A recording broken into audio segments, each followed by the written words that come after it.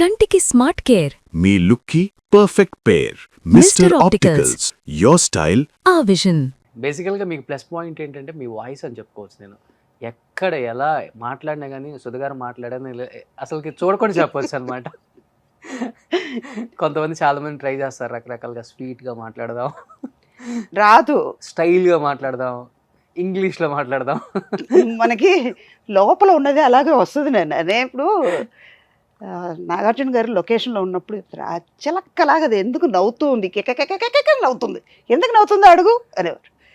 అలాగే ఇంకోటి కూడా అనేవారు ఆయన, ఎప్పుడు నవ్వినా ఏడ్చినా నాకు కంట్లో నీళ్ళు వస్తుంది, ఓకే, ఎక్కువ నవ్వానంటే కంట్లో నీళ్ళు వచ్చేస్తుంది, అది ఎందుకు ఏడుస్తుందో అని. లేదండి ఎక్కువ నవ్వుతున్నారండి అనేవాళ్ళు పక్కన. గ్యాంగ్ లీడర్ టైంలో లోక్ సింగ్ గారు చెప్పేవారు, ఓకే, ఆవిడకి కళ్ళకి క్లోజప్ పెట్టాలంటే లేదా చిన్న క్లోజప్ పెడితే కంట్లో వెట్టగా ఉంటుందండి, కానీ ఆ క్యారెక్టర్కి సూట్ అయింది. అదొక డిఫరెంట్ యూనిక్ వాయిస్ అనమాట, అందరికీ రాదు కదా. ఈ శరీరంకి వయసు అవుతుంది, నా మనసుకి వయసు 22 దాటనివ్వను. ఓకే, ఏది వచ్చినా ఇక్కడ తీసుకెళ్ళను, జరగని వచ్చింది మనమే కదా ఫేస్ అవ్వాలి, పోతుంది అదే పోతుంది, దానికి ఒక సొల్యూషన్ ఏంటో ఆలోచిద్దాం, వెళ్ళిపోతుంది, కూల్గా తీసుకుని వెళ్ళిపోతాను. దానివల్ల కూడా ఇది ఉండొచ్చు. సో బట్ ఇప్పుడంటే అందరూ pan India movies, pan India stars అంటున్నారు, కానీ నాకు తెలిసి మీరు ఎప్పుడో పాన్ ఇండియా స్టార్.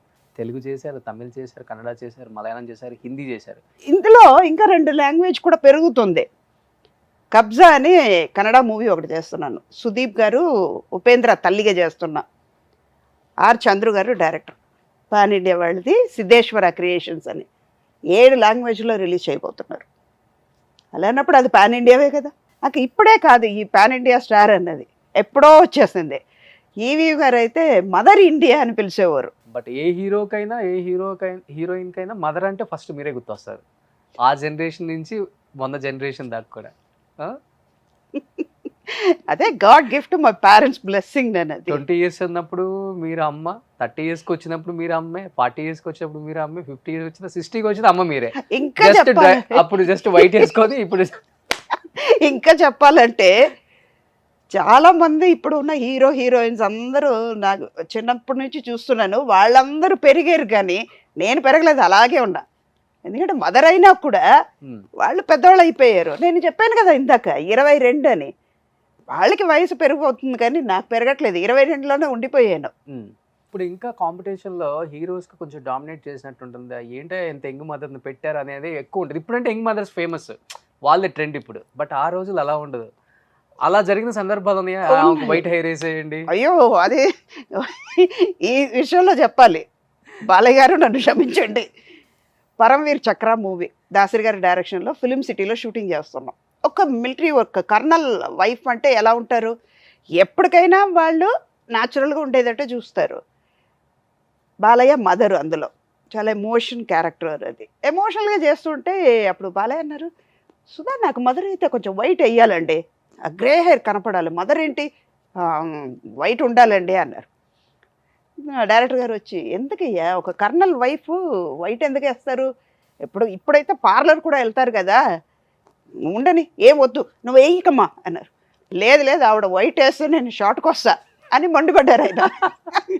నేనన్నా పర్వాలేదు బాలయ్య, నేను వేసుకుంటాను, ఎందుకంటే వాళ్ళతో వర్క్ చేసే విధం అలాగ ఉండేది, మాకు అంత ఒక బాండింగ్ ఉండేది.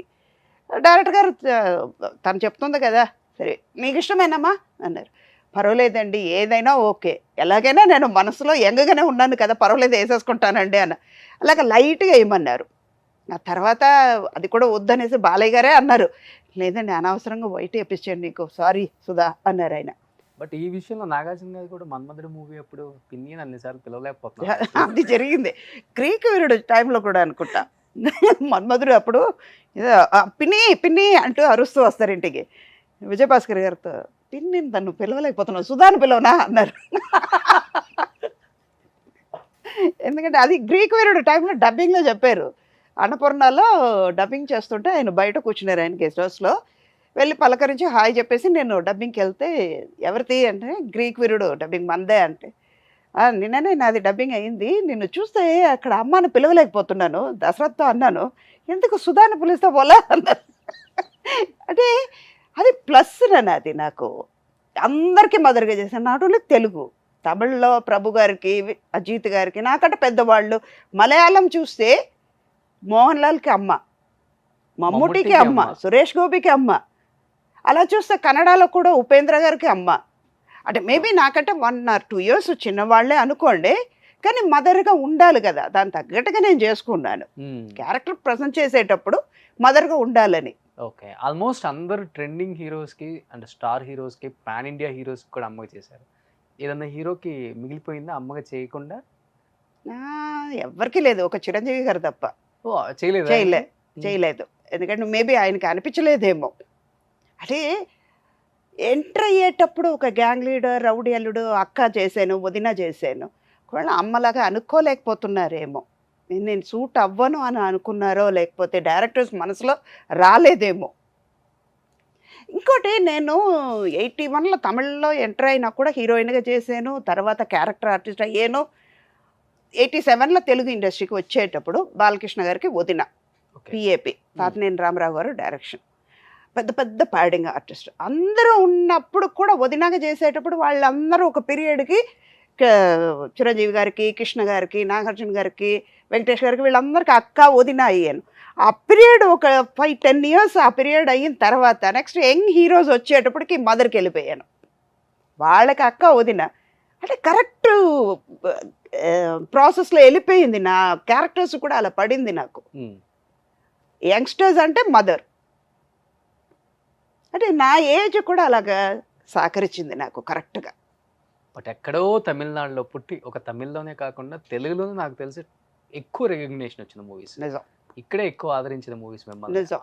ప్రజలు కావచ్చు, ఫ్యాన్స్, అసలుకి ఇంకా స్టాంప్ అనమాట. సుధా గారు అంటే మా ఇంటి మనిషి అనేలాగా. చాలామంది పాత ప్రొడ్యూసర్స్ ఇప్పుడు కూడా అంటూ ఎప్పుడైనా ఫోన్ చేస్తారు. రవికిషోర్ గారు కానీ అందరూ చాలామంది, శ్రీను వైట్ల గారు, వివి వినాయక్ వాళ్ళు, వీళ్ళందరూ ఏంటంటే మా ఇంటి ఆడపడుచు అనేవాళ్ళు. రసమరాజు గారు ఇంట్లో నుంచి న్యూ ఇయర్ నాడు నాకు తిరుపతి నుంచి లడ్డు, వడప్రసాదం, ఒక చీర వచ్చేది. తర్వాత ఆయన పోయిన తర్వాత అదంతా మారిపోయింది. అంటే ఆ వీళ్ళ జనరేషన్ కదా, అదంతా ఉండదు, మనం కూడా ఎక్స్పెక్ట్ చేయకూడదు.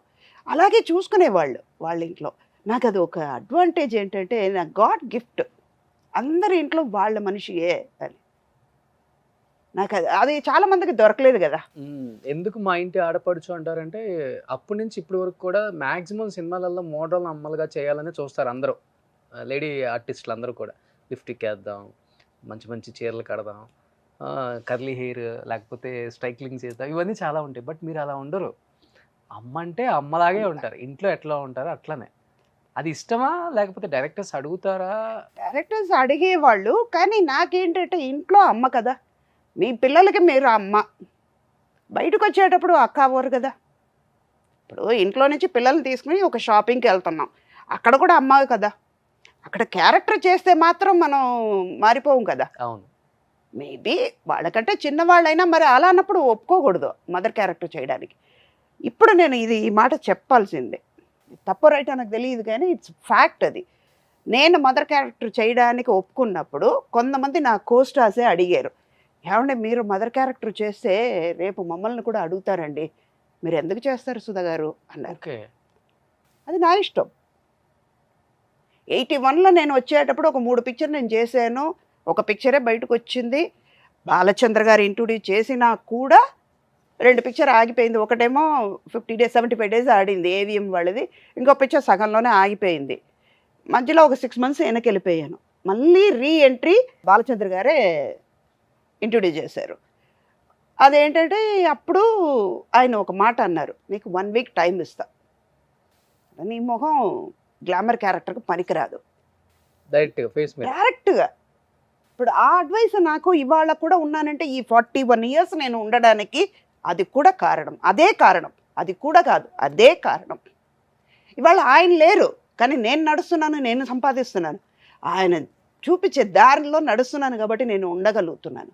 ఒకే ఒక మాట అన్నారు, 1 week నీకు టైం ఇస్తా, హీరోయిన్కి equal character, sister character artist అయ్యేవనుకో, నువ్వు ఇండస్ట్రీలో నువ్వు ఉన్నంత వరకు నువ్వే చేస్తూ లేదు నాకు వెళ్ళిపోతాను అన్నంత వరకు నువ్వు ఉండొచ్చు, డిసైడ్ చేసుకో. హీరోయిన్గా పనికిరావు. ఎన్ని పిక్చర్స్ హీరోయిన్ ఓరియంటెడ్గా తీస్తారో తెలీదు. నీ మొహమా గ్లామర్గా అస్సలు పనికిరాదు. ఒక పని మనిషి క్యారెక్టర్ గ్లామర్గా చేయాలంటే కూడా నీకు రాదు, సూట్ అవ్వదు. ముందు నువ్వు చేయగలుగుతావు, పర్ఫార్మెన్స్ చేయగలుగుతావు, కానీ నీ మొహం సూట్ అవ్వాలి కదా, మేము చూడగలగాలి కదా. ఆలోచించుకొని నీకు 1 వీక్ టైం ఉంది, ఆలోచించి చెప్పు అన్నారు. ఇంటికి వెళ్ళాను. నాకు ఒక అలవాటు ఏంటంటే, వింటే ఇది చాలా విచిత్రంగా ఉంటుంది. నాకు డిసిషన్ తీసుకోవాలంటే నా బాత్రూంలో వెళ్ళి కూర్చుంటాను, రెస్ట్ రూమ్లో వెళ్ళి కూర్చొని ఒక అరగంట సేపు కూర్చొని ఆలోచిస్తాను అన్నమాట.